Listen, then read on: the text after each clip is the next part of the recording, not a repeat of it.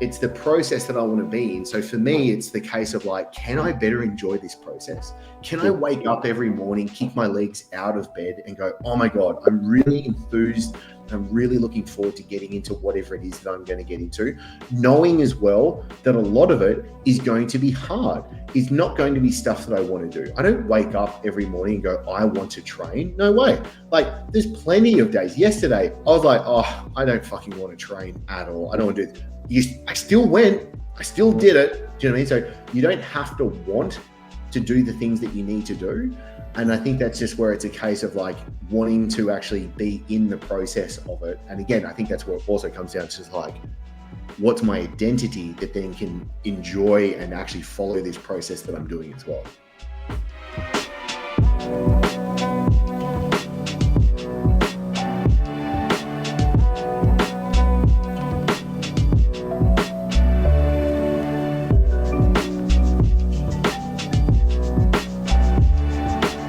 What's up, gentlemen? What is up? Oh boy, here we go. So for those that regularly check into our podcast, you're gonna see an extra face. This is Chris Dufey, my guy. Well, now he's my guy. After Brian introduced me to this dude, I'm like watching his material. Oh, buddy. So I'm excited. If this is the first time you're joining the podcast, welcome. My name is Paul. This is Brian. We are the host of the More Than Black or White Health podcast. Our intention here is to support you in finding your health and well-being solutions outside of the doctors you may see, the different counselors, help, or what have you. These are things that you can do to help yourself get in the best health and well-being that you can. And Brian and I have made a commitment to bringing in other professionals that are up-leveling, that are on a high trajectory, and that are open and intent to share. And this guy right here, helping the good guys win. And I'm sure the material can apply to ladies too, so bless up to you.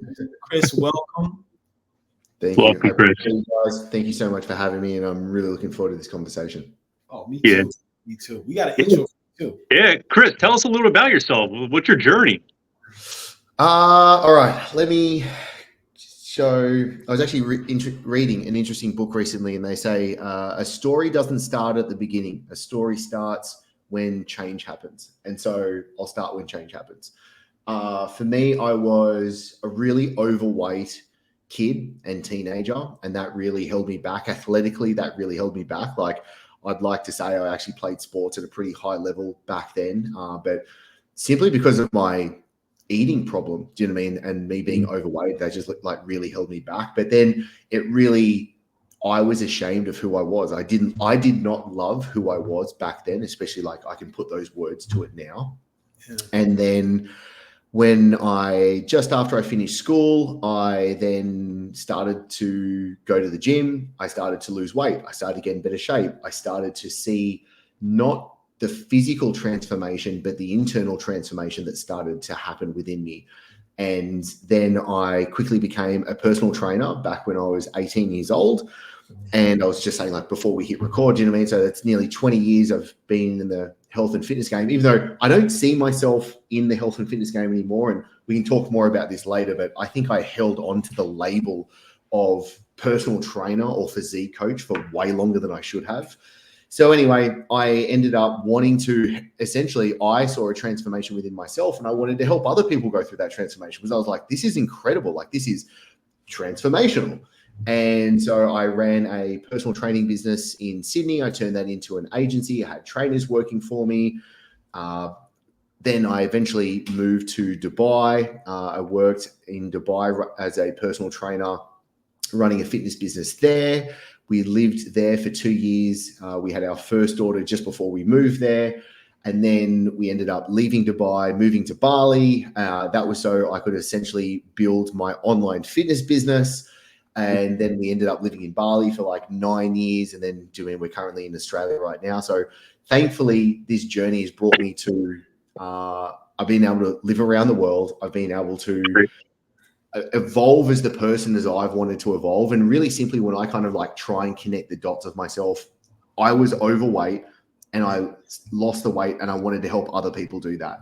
I then became a personal trainer. I was really shit at running a personal training business. I learned to run a good personal training business. I then helped other personal trainers do that. I sold that company a bit over a year ago. And then I was a guy that wasn't happy internally. And I was like checking the boxes of success through life, but I wasn't feeling like I was actually like happy or fulfilled or content or peaceful. And then I had to figure my shit out, to be perfectly honest, to finally get to a point where I was actually feeling happy, content, peace, equanimity. And therefore I wanted to help other people do that. So I think my journey is really simply a case of, I have a problem. I do whatever I can to try and solve that problem for myself. And then I want to help other people be able to solve that problem. And then I just, work through it. So I think that's it in a little bit of a nutshell. Beautiful, man. That's awesome. I also want to add that this dude is running a successful business while being a married man and a girl dad to four. You have, right? Correct. 4 daughters. Right. That's right. Damn. Right. Yes. So I want to put that. I want to make sure we highlight that, because everything that you're doing, brother, you spinning a lot of plates successfully, from what I see, brother. And when I'm hearing your background, and when Brian was telling me too, and listening to your material, it all makes sense, because I could sense you give a shit, and you're coming from experience, man. When I hear you ask questions to others, I'm like, dang. Like, I was digging on the interview you had with Mike Rashid, man. I was like, oh, he's talking Mike Rashid. But I really there's a lot of things in here, man, I want to go over, because you said the story starts when you change your habits. So curious for you. The story starts when I thought that was so fascinating. I'm curious, what prompted you to change the habit when you were overweight as a kid? Well, I think it always, sorry, I shouldn't speak in absolutes. The vast majority of the time, it starts because you're in pain, and you end up, I don't know about you, but I'm pretty good at self-deceiving and bullshitting myself.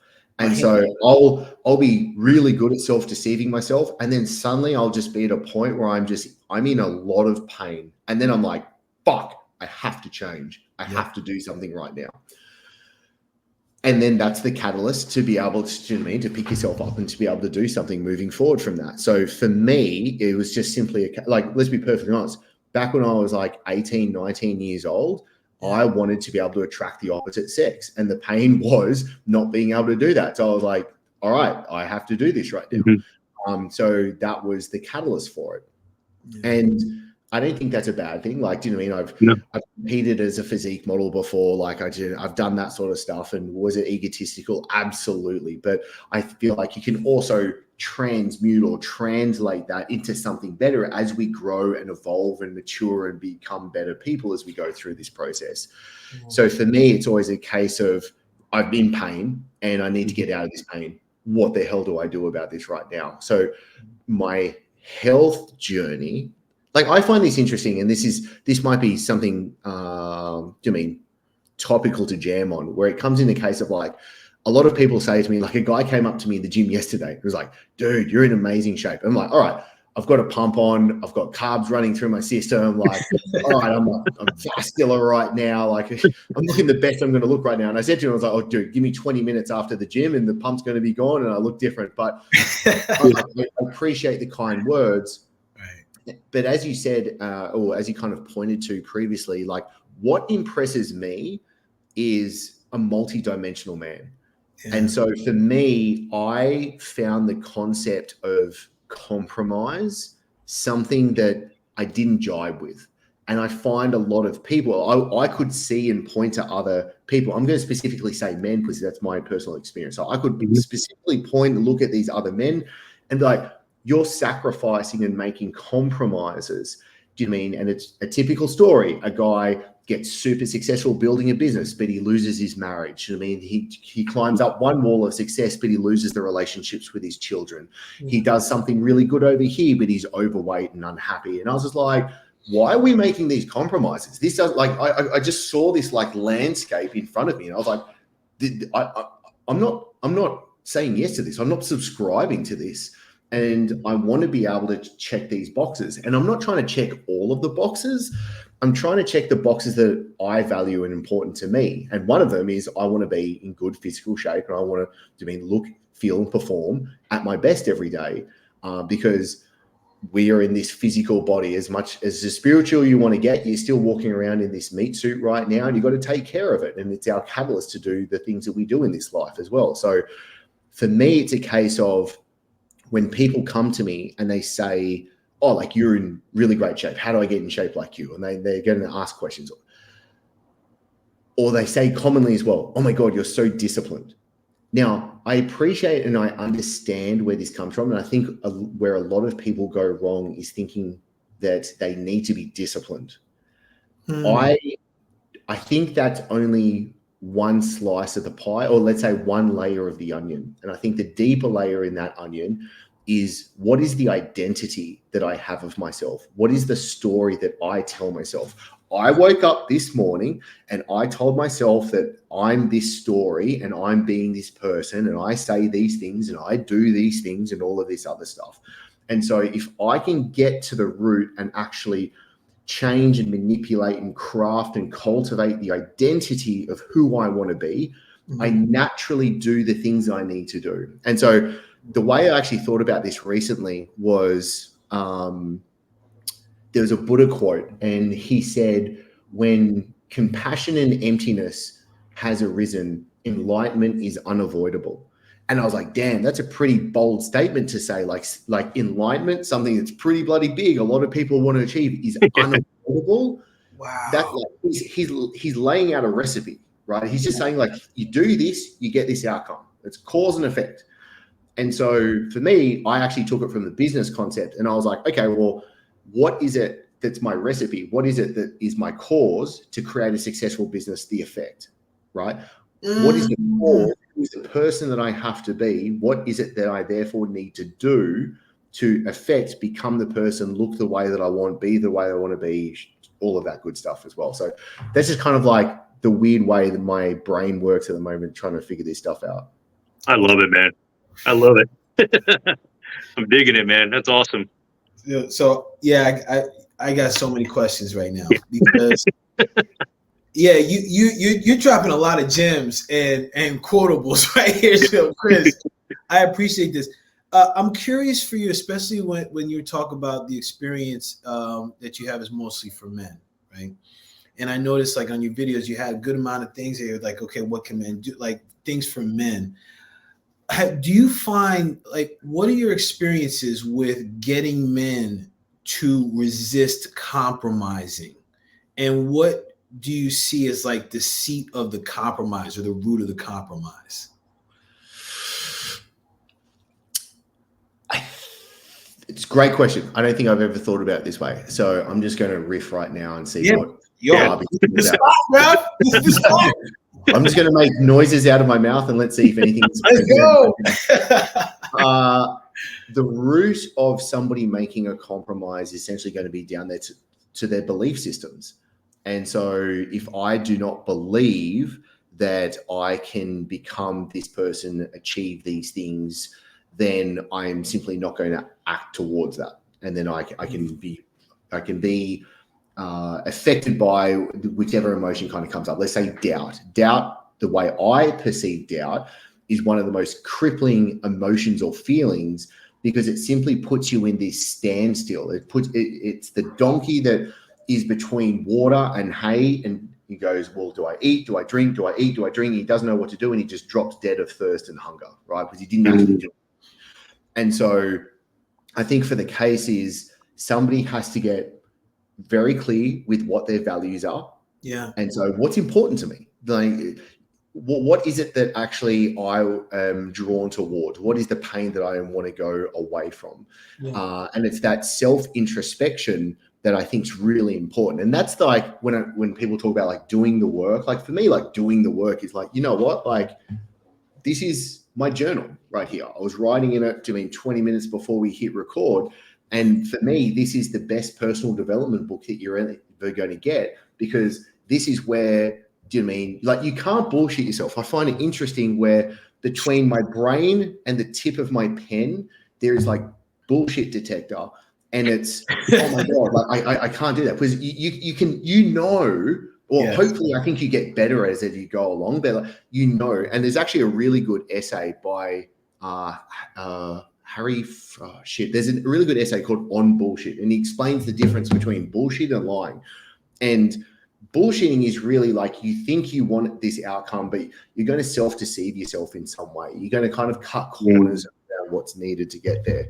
And I think it's a case of, if someone's making compromises, there's a belief system that probably needs to be looked at. There's a value system that is probably needed to be looked at. And it's going to most likely happen through introspection. But then also there's the case of being able to use somebody else as a mirror. So for example, do you know what I mean? Paul, with yourself, like, I can't see what's behind me, right? So I can't see what's behind me, but you can see what's behind me, right? So I need to, and I think this is how us as like men, as humans, need to be able to better do this, is we need to be in conversation with each other in an open-hearted, wanting to best help each other way, willing to say the hard things. Like, I don't know about you guys, but like, I actually, a couple of nights ago, I was with a couple of mates, and I said something to a mate, and it was with love, but it could definitely have been perceived as like, oh, dude, that's a bit harsh. Like, I was calling him out, right? I was like, yo, you're not living up to the level of where you're at right now. And I'm saying this with love to be able to kind of like, do you mean go, oh shit, my career's up. What am I actually doing right now? So I think for me, it's being able to have that self-introspection, but also being able to be in conversation with others, with the right people, so that I know where my blind spots are, because we all have blind spots. And so if I know where my blind spots are, and therefore I can better adjust as to how I move forward.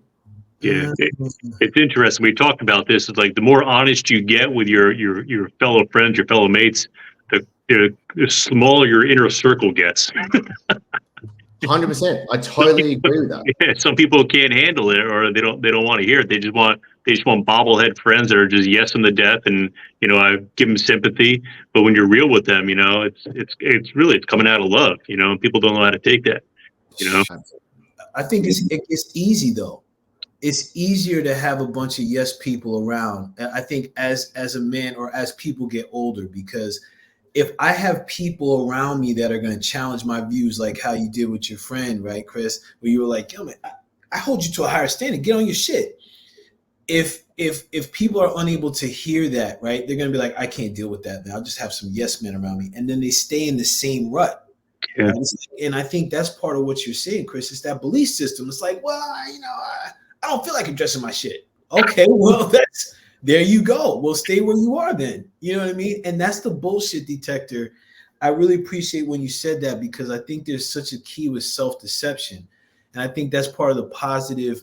That's part of that toxic positivity. That's the term. Right? Like, hey, Oh, I'm yes. happy, but I'm pretty strong, and I'm going to get a fifth of JD. Like, you know what I mean? Like, so I'm curious for you. Like, Chris, when you, especially with where you are, and the level of authenticity is tip top. Like, what are your perspectives on a lot of this positive, this positivity, and like a lot of the trainers that are out here online, putting the material out? Like, what's your thoughts on this right now, man? Yeah, I was actually toying with the idea, and I ran it past a couple of people, and I was like wanting to write an essay that was based around like the death of spirituality. And it was kind of like this toxic spirituality, this toxic personal development, this toxic like positivity that, like, for me, there's the middle way, there's the golden mean. Do you know what I mean? And I feel like far too many people swing to one side of the pendulum, and it's a case of just being like everything's all good. Just speak your affirmations and everything's going to be fantastic. And I know of people, and I distance myself from people in my personal life that just wanted to talk positive the entire time. Do you know what I mean? And I'm like, well, that's not reality. Like, there is nothing wrong with calling a spade a spade. There's nothing wrong with being like, that's messed up, that has to change. And I struggle with the concept of people not wanting to do that, because it's weird. But again, on the other side of the pendulum, people are just negative And it's just like, okay, well, can you please shut the hell up and bring some positivity to this conversation right now? So there's a dance, there's an interplay. And I think many things come back to the ability to hold the strain that a paradox brings. And I think that's where the case of, if I can hold that, do you know what I mean, tension of the paradox, I think that's where a lot of brilliance is in so much of life. And so for me personally, I want to be able to, like this is what I find amazing. I could just be running off a crazy tangent right now. So like, bring me back. Go for it. Go for it, bro. We have this brain that's inside of this skull, and it only has these sensors that is able to then start figuring out what is actually going on outside of itself. So that's where it's like, I definitely start to pick up when someone says, or the saying of, do you know what I mean, you don't see the world as it is, you see the world as you are. Because we are quite literally in a hallucination of our brains trying to take all of these things. Like, we have so much more data than we can actually handle with everything that's going on. And our brain has to have the capacity to say, only this is important, just focus in on this. And an example of this is, like, let's say you're at a social gathering, you're at a party of some sort, right? You're at an event. Now, you could be having a conversation with somebody, but then somebody else in the room says your name and suddenly you pick up on it. Do you know what I mean? You hear your name get spoken from somebody on the other side of the room and you start chiming into that conversation. Your brain is taking in the plethora of information of what's going on, and it's figuring out, what do I take note of? What do I discard and does not matter to me right now? And so we use these sensors to figure out what is actually going on. So, like it or not, we're in a hallucination the entire time. And that's where it's like, we think we're rational, but we're not, because there's a hell of a lot more that's actually going on. Yeah, listen, we're in a hallucination. People in the back, did you hear that? People outside, did you hear it? Okay. Brian, we talk about this, right? Yeah. And this is and I appreciate so much of what you say, Chris, because this is along the lines of what Brian and I talk about. It's like, we take in these senses, we take in so many senses, a plethora of senses that our brain just stores. And coming back to what you were saying about the story belief system, if I'm living my life on a story, then like this plan I have right here, I can see it as bad. If I go rewire it, oh, junk, it's good now. There's this polarity that, if people are stuck, I appreciate what you're saying there, because if people are stuck in this place of negativity, then all of a sudden they can't go to the other side. Then they're locked. There's no expansion to be able to go the range. That's the thing that I think is so fascinating with this positivity. And to be transparent, I was one of those cats. Oh, totally, dude. I think we all kind of have to go through it as well. I think there's an evolution of growth of it. Do you know what I mean? Like, I totally went through that stuff, and that's why as well I try my darndest when I see somebody else in that. I'm not judgmental and being like, oh, you're a second grade citizen for thinking that. No. They're just on their path. They're just on their journey. And just as well, do you know what I mean? Like, I know that tons of shit that I do is completely wrong, and people will be like, that idiot, right? Do you know what I mean? And so be it. And if they can call me out on it, then I'm totally open, and I want to know that so that I can better move myself forward. Well, it's like a learning opportunity, right? If somebody calls you out, you're like, oh, John, thanks. Like, you know what I mean? It's like, I never thought of that. Thank you. Yeah. So I'm curious, like, when I got something, man, dude, I'm digging this, man. So when you talked about, and something that really resonated, when you talked about making that transition, and specifically when it was going, like when you sold your business, and I heard you say, like, it was like you went, Brian and I spoke about something called the dark night of the soul. Yeah. And it's almost like a realigning to purpose. So for the people out there, because I think there's a lot of people out there that whether they're climbing the ladder to success or they're climbing a higher ladder to success, they go through these moments of redefining themselves. So I'm curious for you, Chris, like what would be the tips that you experience that you either use with your clients or that you can provide as tips to others, man? Like if I just pull on the thread of like the dark night of the soul for a second, like that was the reason why I sold my last company. Like I got to this point and the kind of the aphorism that I came to that just helped me see what I needed to know to do forward was a case of I don't want to have more, I want to be more. And that's when I knew I had to sell my company to then go on. Like I had evolved past that business. I had been like, I just can't keep doing this. And it literally I came to that realization when I was literally like on the couch on like a Tuesday night at like 9 p.m. crying to my wife, just being like, I'm in so much fucking pain right now. I fucking hate myself. I'm hating my life and what's going on. And like, I've gone through depression before. I've had suicidal ideation, in many points of my life before. I never wished that on my worst enemy or anyone. And it's a case of being able to check yourself before you wreck yourself. And I think that's just where it's like there's a real element of needing to be able to have that check-in process frequently. Like literally put it on your calendar. Like there is, for me, I think of like the hedonic calendar, and I'm like, all right, what am I doing to make sure that I am my best self and checking in on these periods? And it's interesting, like total transparency, literally went out for a coffee with my wife this morning and I was like, I need to have some downtime. Like I started this new company not even 6 months ago, and it has just been like go time, like just in a really good way. The company's growing really fast. This is like so successful. It feels like I'm trying to hold on to a rocket ship right now. But then also like, okay, business is good, but also I'm like fully consumed. Like the moment I wake up, I'm thinking about it. The moment I fall asleep, I'm thinking about it. I'm dreaming about this shit. Do you know what I mean? And it's a case of I can tell my subconscious is trying to work through all this stuff, but it's starting to become a bit too all-consuming for me. And I was like, I need to step away for a little bit. Like I went on a hunting trip earlier this year in Austin, Texas.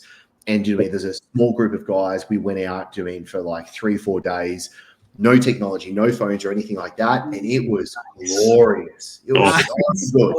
Just hunting in the morning, hunting in the evening, having time with some really great men.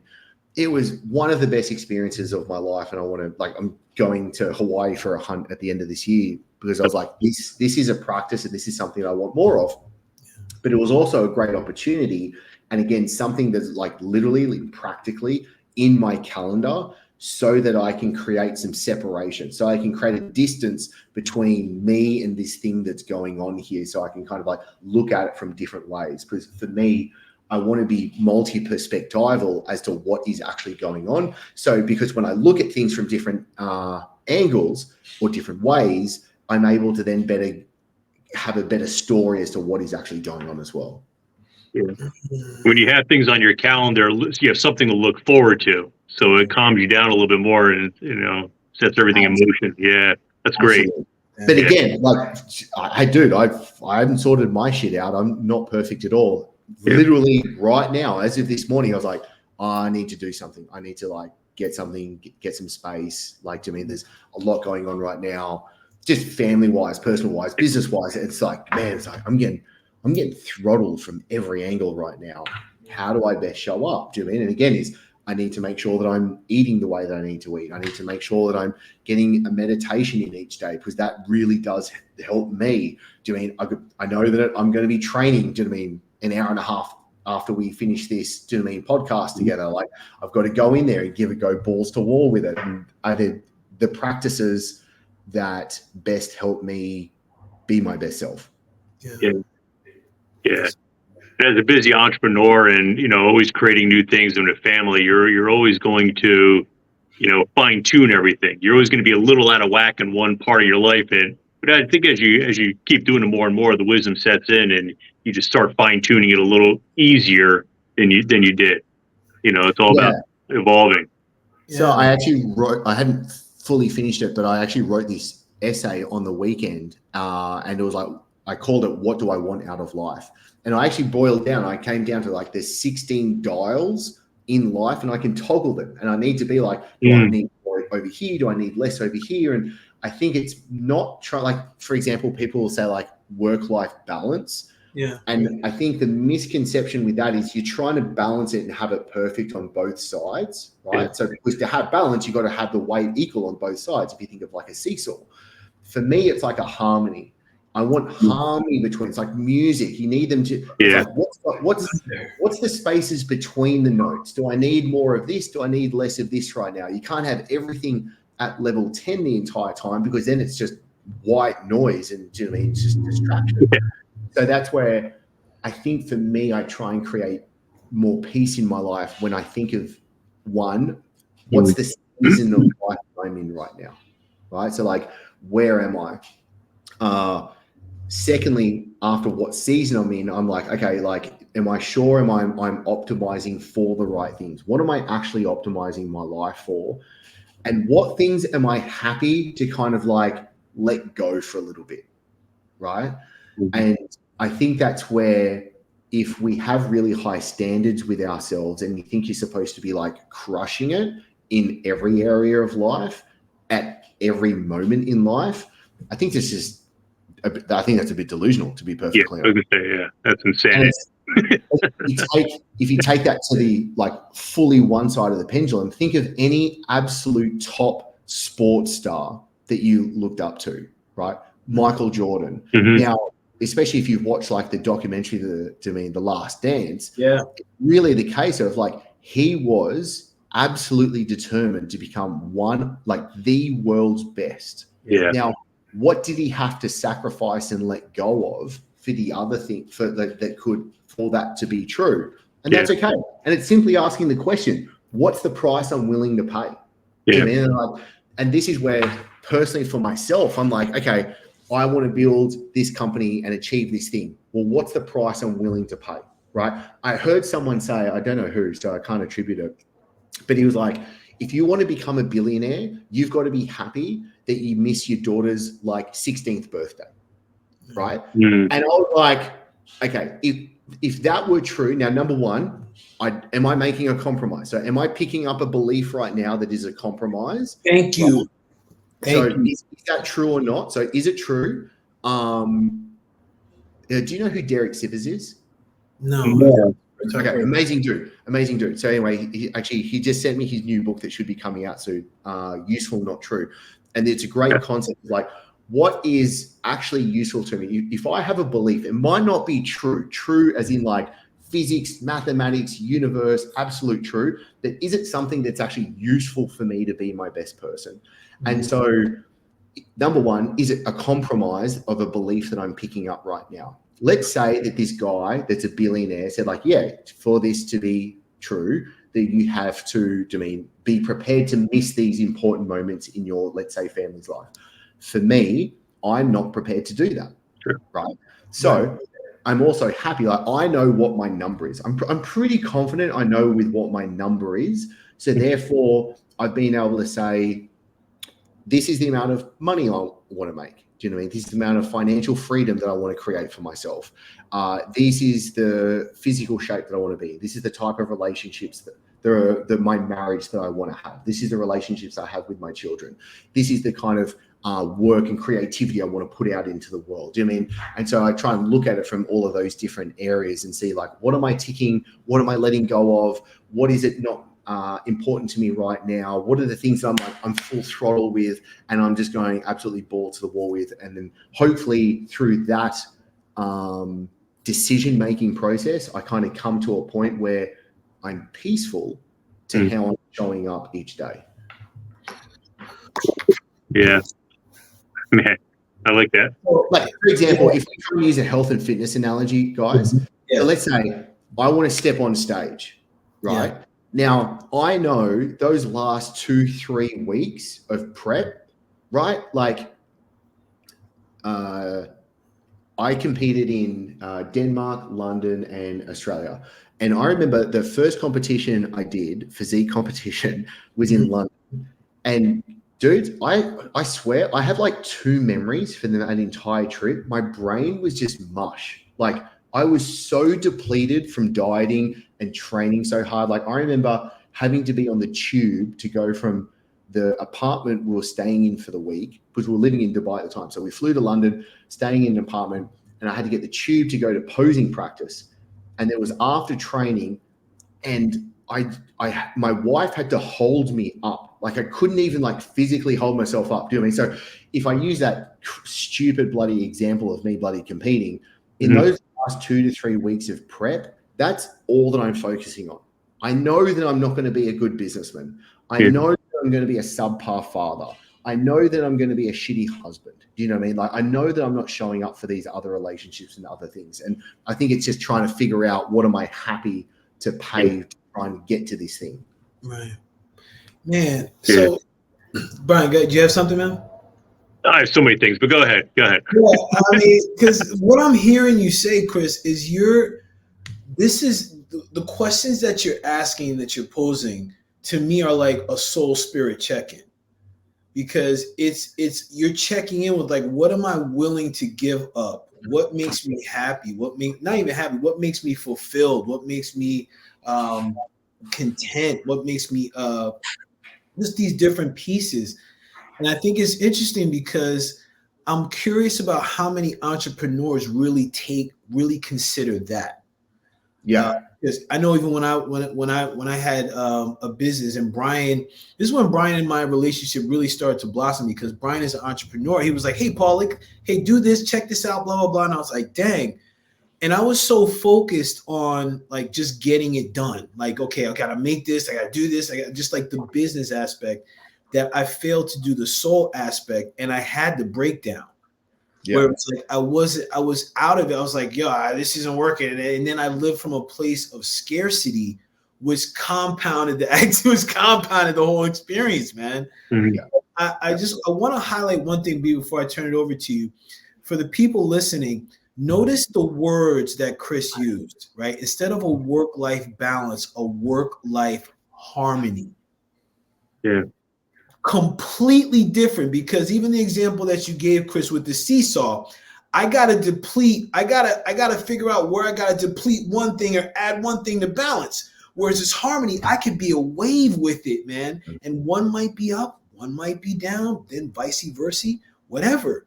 But I really appreciate how you said that. And I want people to really notice what you said, especially entrepreneurs, because that harmony piece, if you're working on the balance, you're gonna end up wrecked. Harmonizing is going to take you to a whole different space, man. So I wanted to highlight that for the listeners, because I think that's very important what you said. So if I use that, and let's say I push back on something you said before, using that thread that you've just pulled, right? And so you said like someone's like climbing the ladder of success. And I think a lot of people can relate to like that analogy, is to like, all right, this is where I'm going. Now, that inherently means that there is an end destination, right? The ladder. I'm going somewhere and I'm finishing somewhere. I'm going to this point right now. Right. Now, for me, I'll ask you a question, both Paul and Brian. Yeah.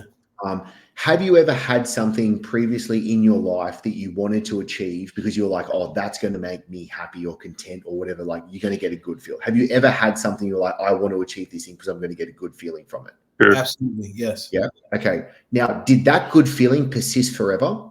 No. It's temporary. Oh. So now you want more. So why do we think that achieving anything else is going to give us that everlasting happiness we're looking for? Because it never has previously. Yeah. Right. So we then have to figure out, okay, it's not an end destination, right? So if we change the analogy of like, okay, success is I'm climbing this ladder to get there. What if I change it to it's a dance, right? When you go dancing, for example, you don't go to the last step at the end of the dance. No, you go all throughout the dance, and then you end up when the song finishes at the end of it, right? You enjoy the process and you do everything there. It's not this, you don't dance to get to the final step, right? Yeah. That'd be fucking stupid of someone to do at the end of the day. It's like, what the hell are you doing? No, you're going through the process that you want to do. Right. So for me, and like, dude, I'm only saying this because this is the lessons that I have to relearn. I'm saying this for myself right now. And that's the case of I need to better enjoy and be in the process of what I need to, and letting go of that belief that it's this end thing that I'm actually going towards. And once I get to that end thing, then everything's going to be all right, because it has never happened previously. You know what I mean?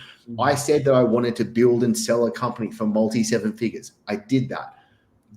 So like that whole process, it was an amazing process, super awesome. Mm-hmm. The funny thing was, I remember so clearly being on the last Zoom call, right? So I was on the last Zoom call with everyone, like with the leadership team, and it was practically to like kick me out of all the softwares and change everything over and have all that done, right? Finish the Zoom call, company sold, done, does it. I don't have anything to do with it anymore. Payments goes through, like that is it. I click end call for the Zoom, right? I then stand up. I went, met my wife down at a beach club, and when I had a soda water, and they're like, oh my God, like sold my company. Oh. About 20 minutes after, I'm like, I'm bored. I want to go to work. Do you mean like I got to do something right now? Like, and it was just, I knew that it was coming as well, but I had to like live through that experience. Whereas like, I'm not doing this because like I was already living in Bali for 9 years. I'm not doing this to sit on a beach and drink coconuts. Like I'd done that, but that's not fulfilling for me. Do you know what I mean? It's like, it's the process that I want to be in. So for me, it's the case of like, can I better enjoy this process? Can I wake up every morning, kick my legs out of bed and go, oh my God, I'm really enthused and I'm really looking forward to getting into whatever it is that I'm going to get into, knowing as well that a lot of it is going to be hard. It's not going to be stuff that I want to do. I don't wake up every morning and go, I want to train. No way. Like there's plenty of days. Yesterday, I was like, oh, I don't fucking want to train at all. I don't want to do it. I still went. I still did it. Do you know what I mean? So you don't have to want to do the things that you need to do. And I think that's just where it's a case of like wanting to actually be in the process of it. And again, I think that's where it also comes down to just like, what's my identity that then can enjoy and actually follow this process that I'm doing as well. And I can relate with a lot of that. That's awesome. Yeah, you get like, for me, I get very bored very quickly, and I think it's important. Like for entrepreneurs, it's like when you first pretty much every entrepreneur that starts off with, it's all about making money and doing whatever you can to hit that threshold that you have in your mind, and you just sacrifice everything else in your life to hit that threshold. And all of a sudden you hit that threshold. And again, like you say, the happiness only lasts for so long, and you lose everything else around you that was important that got you there in the first place. And it's tough. You really got to like, you have to like almost be like, like spiritually sound or mental, emotionally sound before you almost become an entrepreneur. That makes sense a little bit? Well, I think, I tell you what, I think fatherhood, marriage, and entrepreneurship are the three best personal development practices that you can bloody get yourself into, because that is how you learn who you are, and that is how you better yourself when it comes to that stuff. So yeah, it's tough as nails at times to go through it, but there's still worth it. There's a Buddhist, Ikkyo Sojin, and he has a quote, and I've got it printed up on my wall, which is, throw me into hell and I'll find a way to enjoy it. And for me, it's just like, it's a case of like, I can weather storms. It's okay. Like the worst thing that could happen is I die. Yeah. And I say that tongue in cheek, but also I think when you do have like that, when I say spiritual practice, I think it's simply being like, I'm a part of something bigger than me. Yes. Right? And that's like, when you have a spiritual experience, I think it's really just having that sensation that I'm a part of something bigger than me, whether I'm doing psychedelics or, do you know what I mean, having incredible sex with my wife or whatever it is. It's something more, it's beyond me of what the experience really touches to. Yeah. And so I think that's where, in the case of, as a man, can I feel peaceful knowing that I can weather storms that will come, and what will be is what will be. Man. So for that quote, throw me into hell and I'll find a way to enjoy it. Listen, that right there is resiliency, like the epitome of resiliency right there. Yeah. So I know we're coming up on the hour. So there's a question that I'll be free of saying need. I want to ask you because several times in this podcast, when you were talking about some moments, some what I judge as very like not pivotal, but very rooted moments, you talked about your wife. Talked about like, man, when this was going on, I cried to my wife. Can you talk to the people? And I know most of your conversation with men, so you could go men or just people in general. In your perspective, how important is a life partner or a life or your relationship as an entrepreneur, a successful entrepreneur at that? Well, I think one of the most important financial decisions you'll ever make in life is who your partner is, for number one. For me, it's a case of my marriage is very important to me. My mission is more important to me as well. But the two intertwine very much so. And so even to be, okay, I'm going to use myself and be like fully transparent here, right? So at this point right now, and like with what's going on with my wife and I and family, right? This new business is rocketing. And I'm sitting in a position right now of going, okay, am I giving all of the time, love, and attention to this business that I need to for this to get to where it needs to go, that I believe I can take this in a very short period of time and make a butt ton of money and do something really extraordinary? Yeah. Now, does that mean, and this is very much the conversation my wife and I are having right now, do we need to move somewhere else in the world so that we have less distraction and noise? And where there's also, we're both feeling, my wife and I, like an itch for more adventure as well. Do you mean like we lived overseas doing the expats for 11 years? We've come back to Australia for, 1.5, 2 years, and now we're feeling the itch to go back out again and stuff like that. There's also, as a father with my 4 daughters, I'm like, well, what's the childhood I want them to experience? I want them to experience the world. I want them to speak multiple languages. I want them to be able to live around the world and have those experiences as well. Yeah. So we're literally trying to figure out like really big decisions. Now, if my wife and I were not aligned, that would be torture. Like, that would be absolutely torture. So, and as an entrepreneur, like if she's not aligned with the things or like with the way that I have to show up, right? That's just going to cause a good friend and mentor of mine, Alex Schafrin, like says this is distraction and noise. And to be a successful entrepreneur, you've got to lower your distraction and noise. And so for me, if your marriage is not aligned and doing what it needs to do and it's becoming distraction and noise, it is going to suck the living daylights out of you and you're not going to be able to show up as you best need to in every area of life. So I think it's really goddamn important. I am really putting a concerted effort to be a better husband, like on a daily basis, and how do I best provide and show up for my wife? And I certainly don't have all the answers. I think I'm getting a bloody lot better, to be perfectly honest as well. But I think that's just one of the big areas that we need to be able to do as well, because I've gone through times previously where I was so consumed by work that I was a shitty husband. I was not present. Do you mean like, those moments, like I hate myself for it in the case of those moments where, let's say, physically I was there with my children, but mentally I was not there. I was checked out. I was still thinking about work. I was doing like that. And I was like, Chris, that's not cool. That is a subpar human being. You're not being the superior man that I wanted to be and show up as. So yeah, I think to me, marriage is really goddamn important. I absolutely love all of this. I think when you think when you extend the time horizon, you think like broader out as well. Yeah. It's also the case of, all right, well, in X amount of years, our daughters are going to, leave the nest and go off on themselves.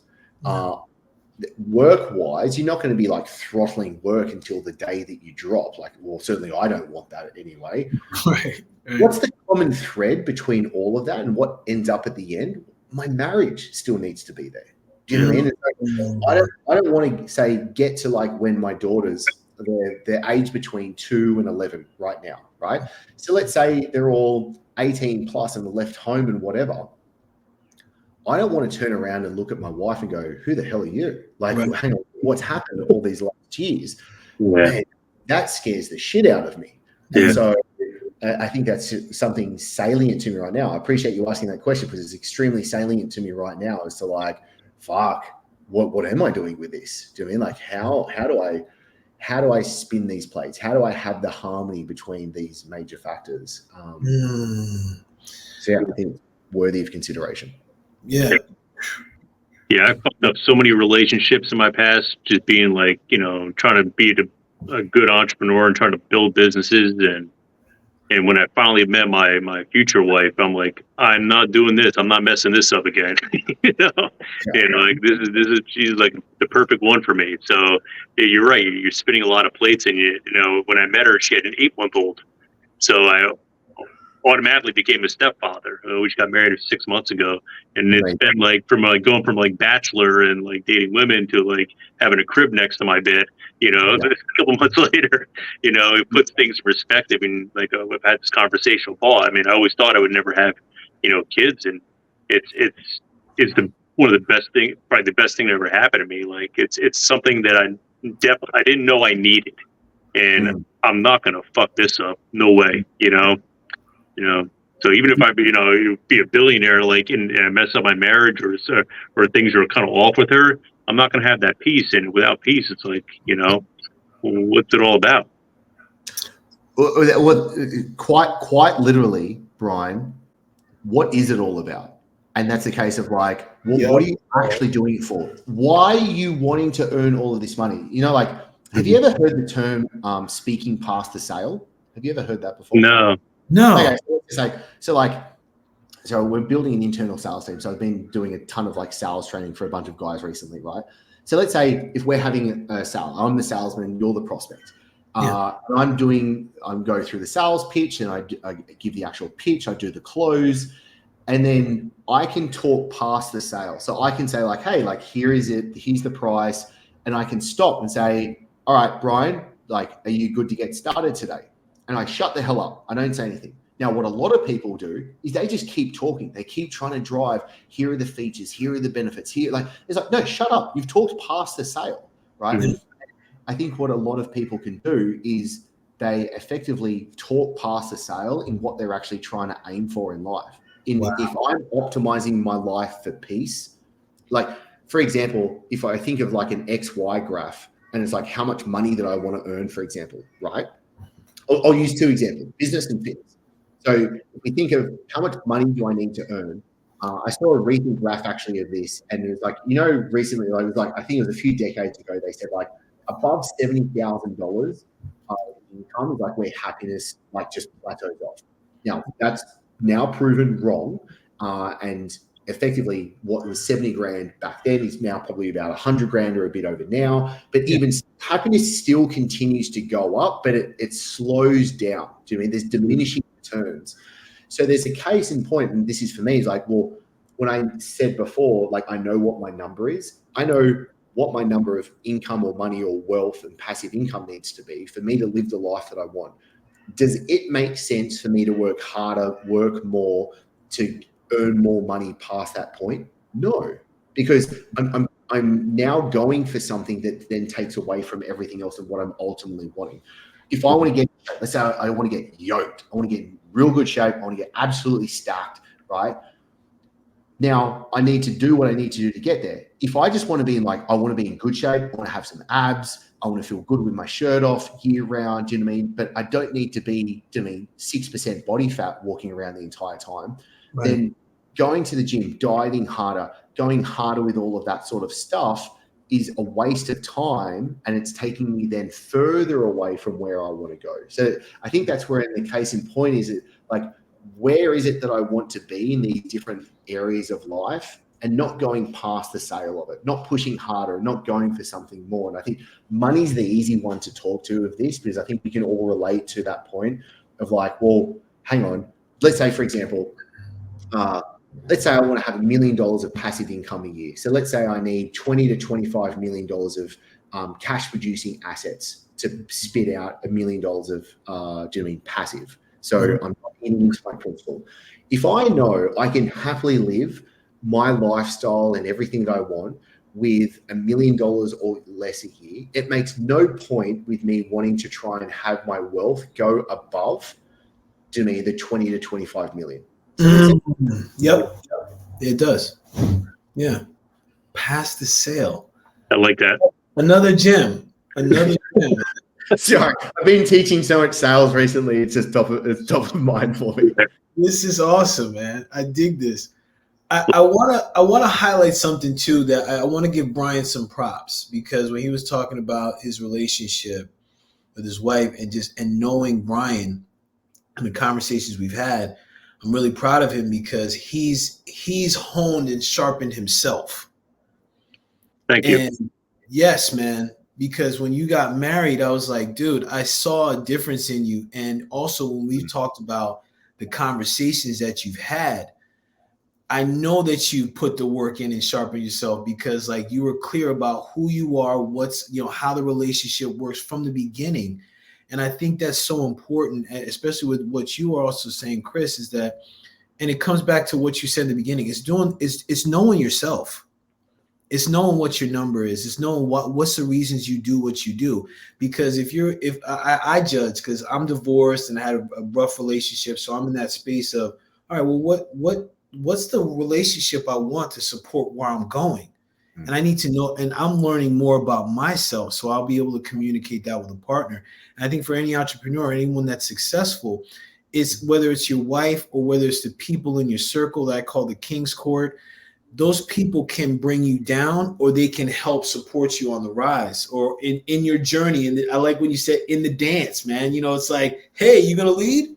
We're doing a two-step, you know what I mean? Like, what are we doing? So I love the fact that we can chop it up, and that we spoke about that for entrepreneurs, because I judge that there's not a lot of these entrepreneur stories and videos that talk about that component of it and how important that is. So I appreciate you sharing that, Chris, man. That means a lot, brother. I appreciate you saying that, Paul. It's really kind of you. And I think that's where, like, when we spoke about, like, what do we want to chop it up on in this conversation today? Yeah. Like, for me, I think there is very much a case of, like, a lot of this stuff is just not spoken about. And I don't know, I'm not exactly sure why, like, if people aren't willing to open up and talk about, actually, sorry, I do know why. So after I sold the last company, I spent about a year just consulting CEOs. Okay. And I calculated, I did a bit over 220 hours of consulting 6, 7, and 8-figure entrepreneurs.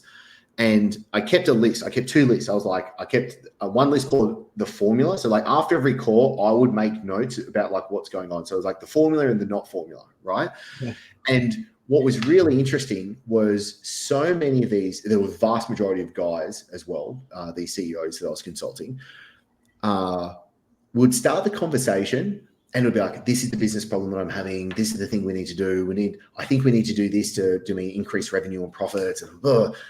And dude, I reckon it would take less than 5 minutes until I'm like, oh, actually, there's a personal problem that's actually manifesting as a business problem right now. Like, we actually need to talk about this core thing that's actually really going on. And so many of the guys as well had built a business that they just felt like they imprisoned themselves. Like, they walked into the jail cell, they locked it and threw the keys away. Do you know what I mean? And it's like, wow, you built something you don't actually enjoy. And I think we oftentimes as well, we build a life or we live a life that we don't actually enjoy, and we don't do the things needed to then, like, let's say we walk into the jail cell and the door's closed. It's not locked. All we need to do is actually just walk out, right? But we're not. And it's like, oh shit. Like, and I think it's that realization of, what is it that I need to do? And like you said, like know thyself. Like, damn straight, Paul, you're absolutely correct within saying that. So much of that comes to it because I feel like this is the stuff that matters as well. Do you mean like, cool, you want to get more leads, or you want to make more sales, or you want to sell more of your widget or whatever like that? Look, there's plenty of content that talks to that sort of stuff, but you've got to show up as the man that you need to show up as so that you can then execute on those tactics and strategies. And I think it's that culmination of bringing those things together is like, am I showing up as the person that I need to? Then do I have the right strategies? And then do I have the right execution on what needs to happen with that sort of stuff? But if I don't have me, if I don't have my shit put together, well, then all this other stuff isn't going to work. Do you know what I mean? And like a clear example of that is think of any diets, business coaching programs, courses, any of that stuff, right? Why does one entrepreneur following pretty much the same tactics and strategies make millions of dollars, succeed, get all the accolades, and the other person, do you know what I mean, just fail, flop, and go into a ball of flames? It's how that person showed up and executed what's needed to. However, I will also say, because I think nobody talks to this, is luck and Lady Fortune, and how does she play into the fact of it as well? And there is definitely stuff where, like, you know what, I've had plenty of fortune on my side for things to happen as well. And it's a case of, like, if you look at storytelling in the Western world, and what came from like Greek and Roman times from storytelling was there was the hero, there was the protagonist. He had this problem. He fought the dragon. He killed the dragon. He got the princess. It was he that did it all, right? But you look at Eastern stories aren't spoken from a point of view of like one person achieving and doing these things. They talk from multiple people's perspectives. And oftentimes the Eastern stories don't actually end up giving you a conclusion. They end up kind of giving you this thing where you've got to figure out for yourself. And it's the case of like Western individualism, right? And then there's kind of like the Eastern, or maybe even like Confucian kind of philosophy, where it's like, no, we're in a society together. Like we're all in this, do you know what I mean, dance together, and how it interacts. And I think, again, there's that difference, because so much in this Western world and culture, and especially like the entrepreneurial world, if we just kind of like think of that bubble right now, it's like, oh, this dude was able to make it all happen. And it's like, hang on, there's plenty of shit that just went his way. There was just really good market timing. There was just really, like, do you know what I mean? There's all these sliding door moments that happen that are out of our control. They're completely out of our control. And I think there is some humility that needs to come to play to be like, oh shit, the cookie crumbled in my favor for that to happen. Yeah. Like, I'm really grateful for that. But then also, when shit hits the fan, do you know what I mean? Lady Fortune also has a play in that. And don't just hate on yourself and think, oh, I'm a fucking loser, I totally screwed up. Like, yes, take responsibility for what you have had control, but also understand that there's interplay on both. So I think there's equanimity that we're looking for when it's a case of, I'm not going to own all of my wins, but I'm not going to own all of the losses as well, and understand there's outsider factors. Beautiful. Love it. I have no idea why I went on that tangent. Brother, I'm happy you did. I'm happy you did, bro. Because you know what, man? People, and this is and you know, I know we're over the hour, so we'll start to wrap up. This is what you said. This is one of the reasons why Brian and I started this podcast. Because we were like, listen, people are always talking about the general stuff, but it's more than black or white, man. There's so many different things in it, even talking about luck, fortune. People fail to acknowledge that. And I appreciate that you acknowledge, like, if some shit goes wrong with you, give gratitude, because that was luck that may have steered you in another direction. Like Steve Jobs always says, you can always connect the dots looking back, right? Like, you're like, oh, that was supposed to happen. Great. Thank you, you know, and give thanks for that. So, thanks, brother. Thank you. Yeah, we appreciate you, man. Thank you so much, Chris. Thank you. I appreciate you guys giving me time and attention, and letting me flap my gums and make some mouth noises in your general direction. That's great. Hey, Chris, how do people get a hold of you? Yes. Well, they can grab me with two hands if they want to get a hold of me. Good dad joke. Good dad.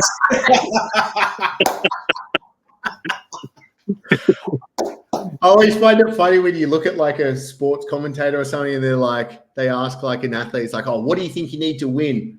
And you're like, I don't know, score more points. Like, Gotta do it. Ask a Formula One driver, how do you win the race? I don't know, be faster. Yeah, go faster. Yeah. Sorry, shit dad jokes. My bad. Yeah. The Chris Dufey podcast, or just chrisdufey.com is where I've got all my essays and everything linked to as well. So, if you're coming from the More Than Black or White podcast, please say that you are coming, because I'd really appreciate that as well. But yeah, hit me up. I'd love to hear from anyone if anything resonates as well. Pretty much everything that I do on YouTube, that's also on the podcast, which is kind of like my main thing, is it's funny because that stuff is really different from my money making stuff. Mm-hmm. So like what I call my meaning making is like me sharing about what's actually going on. Like I said, the essay that I wrote on the weekend that hopefully I'll publish in a day or two when I pull my finger out. For me, that's the stuff where I'm just trying to figure my own shit out and share that openly as I go along. And then from there, hopefully you pick up what you can profit and discard what you won't. So the Chris Dufey podcast and chrisdufey.com is probably the best place to. Bless up. We'll put in the show notes too, man. Chris, you're an amazing dude, man. Your spirit is true, man. Your heart is wide open, brother, and we appreciate it. I appreciate it. If you ever want me back, I'm more than happy to, because you guys absolutely rock, and these conversations light me up. And it only helped me figure my own stuff out. So 99% of what came out of my mouth was just me pretty much telling myself what to do. Love it. It makes the best content. Man, great content. And people, check out Chris's material. You will get the goodies, just like how you got from this. And I encourage you, I probably could have said this in the beginning, but if you're at the end right now and you're like, this was good, go watch it again, get your notepad out, because I got a whole slew of notes. Okay. I guarantee you'll have some too. So bless up, everybody. Thank you for joining us. Chris, thank you so much again. Thank you so much. Man, you know how we do. We always have a good time, baby.